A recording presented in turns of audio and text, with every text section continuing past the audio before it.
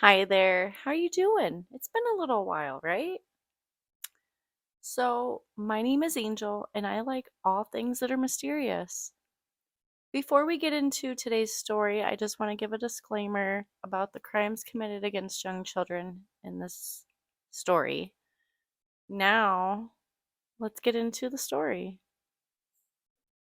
Today's story comes from True Crime Solved, Volume 1 by M. Moore. In Allenstown, New Hampshire, sat a gravestone that read, "Here lies the mortal remains known only to God, of a woman aged 23 to 33 and a girl child aged 8 to 10. Their slain bodies were found on November 10th, 1985, in Bear Brook State Park. May their souls find peace in God's loving care." For 34 years, it marked the burial site of two female victims, found brutally murdered and concealed in a 55-gallon drum. Until one day, DNA evidence submitted to a family tracing website finally helped police hunt down not only the victim's identity, but the identity of their ruthless killer, too. On November 10th, 1985, a hunter passed through Bear Brook State Park. The large, heavily wooded piece of land was in Allenstown, New Hampshire, a small community of around 4,000 people. Over half the town's acreage was taken up by the park. It was early deer season, and numerous residents were out and about, hoping for a successful hunt. One man got more than he bargained for, however. Shuffling through the fallen leaves and dry brush, he approached a 55-gallon drum lying on its side. It was disheartening to see such trash discarded in the natural landscape. As he got closer to the container, he noticed smaller articles of garbage scattered around the barrel. Spilling out from within, it was a larger bundle meticulously wrapped in plastic. The form was rather odd, prompting the hunter to take a closer look. As he peeled back the layers of what appeared to be a garbage bag, he was met with a startling sight of human remains. He reported his find to the New Hampshire State Police, who promptly descended on the scene. The remains were skeletonized, but the coroner was able to determine that the bones belonged to a woman between the ages of 23 and 33 and a young girl aged 5 to 11. They had been severely beaten, likely dying of blunt force trauma, but after their gruesome murders, both females were dismembered, wrapped in plastic, and shoved into the drum, only to be discarded in the woods of Bear Brook State Park, just behind the Bear Brook Gardens mobile home park. Though the older female had copious fillings and extractions, no identification could be made. Things looked even bleaker for the young girl, who had no identifying attributes. Police initially questioned the residents of the community, who were deeply disturbed by the discovery. When no leads turned up, they sifted through missing person records going as far back as the early 1970s. However, Allenstown Police Chief Norman Connor was forced to announce they had no leads or information on the victims. All police could deduce is that the victims' murders occurred between 1977 and 1985. In 1987, the pair was laid to rest in the Allenstown Cemetery. The case went cold, though police refused to let the victims be buried and forgotten. They still kept their eye out for clues and frequently fought to keep the case alive in the public's mind. On May 9, 2000, one state trooper was revisiting the crime scene when the state park decided to give up yet another secret: a second barrel. Inside were two more bodies, both female, badly decomposed and wrapped in plastic. Unfortunately, the remains were too far gone to determine the cause of death. Police speculated that the barrels were likely once near each other, but local children playing in the forest may have unsuspectingly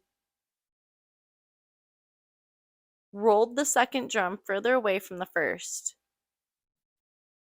The third child was estimated to be between the ages of 2 and 4, and the fourth between 1 and 3.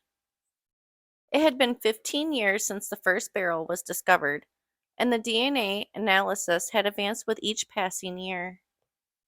Testing proved that the woman and two of the children were related, likely a mother and her two daughters. DNA did not connect the third child to the slain family. Unfortunately, police still have little to go on despite technological advances.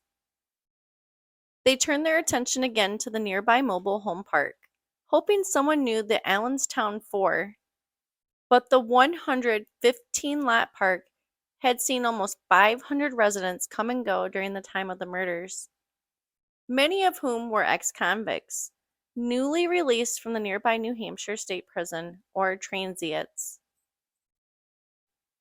In 2013, the National Center for Missing and Exploited Children created updated facial reconstructions of the victims, while extensive testing revealed that the three related victims were likely from the New Hampshire area. The fourth was possibly raised further north. In 2015, the National Center for Missing and Exploited Children made composite sketches for the first time, giving police and the public an idea of what the victims may have looked like while they were alive. These victims, said the Attorney General, had lived together for months before being slain between 1980 and 1984. Police finally had something to go on, and it proved worthwhile. In 2017, they identified their primary suspect, Robert "Bob" Evans. Evans had died in prison in 2010, where he was serving time for killing and dismembering his wife, chemist Unsoon Jun. Robert Evans was a pseudonym, but it didn't lead to a dead end. Evans was dating Denise Beaton in 1981 when she disappeared along with her infant daughter, both of whom were thought to have been murdered. Denise never turned up, but the daughter did. She was abandoned in California, where she lived without her mother. DNA evidence found the living daughter was unrelated to Evans. However, another match returned a positive result. Robert Evans was Terry Petter Rasmussen, the father of the third, unrelated Bear Brook victim. Police slowly began to put the pieces together. Rasmussen worked as an electrician at a local mill during the murders. His supervisor owned property where the barrels were dumped, barrels that were likely procured from the mill. The woman in the barrel was not Denise. However, all of the victims had two connections. A serial killer slew them, and that serial killer was Rasmussen. Authorities pieced together his trail of crime and killings. Rasmussen went by Gordon Jensen, Curtis Kimball, Jerry Mockerman, Larry Vanner, and Bob Evans throughout his murder spree. His slayings stretched from New Hampshire to California, though only 6 victims had been positively identified as slain by him.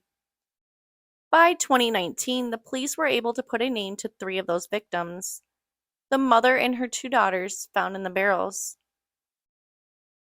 They were Marilise Elizabeth Honeychurch, a young mother of 2 girls named Marie Elizabeth Vaughn and Sarah Lynn McWaters.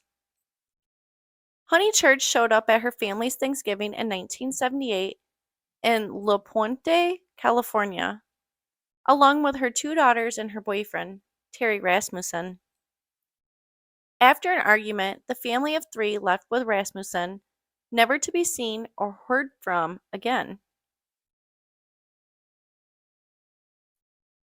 Finally, in 2019, Honeychurch and her 2 daughters were adequately laid to rest, thanks to a DNA donation from one of Rasmussen's living children. Authorities know that the middle child, who was unrelated to Honeychurch, was Rasmussen's biological daughter. However, They have not been able to identify her. Also, his mother's identity and fate are unknown, as are the whereabouts of Denise Budin.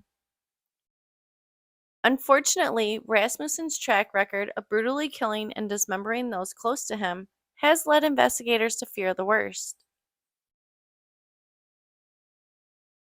For the past 37 years, police had refused to give up on the Bear Brook case.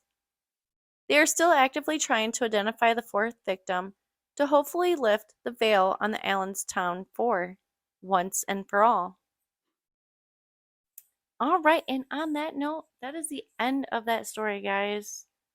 And I just really don't like stories where kids are killed, especially when they're killed by their own dad, right? It's just awful. And I don't know, I don't have a lot. I'm glad he's dead. I don't have anything else. I mean, there's nothing they can do now, but hopefully he's rotting in hell where he belongs for killing a bunch of kids. So, anyways, if you guys like this story, give me a thumbs up. If you want to see more videos like this, please subscribe. And as always, I appreciate you and I hope you have a great day. Thanks for watching. Bye.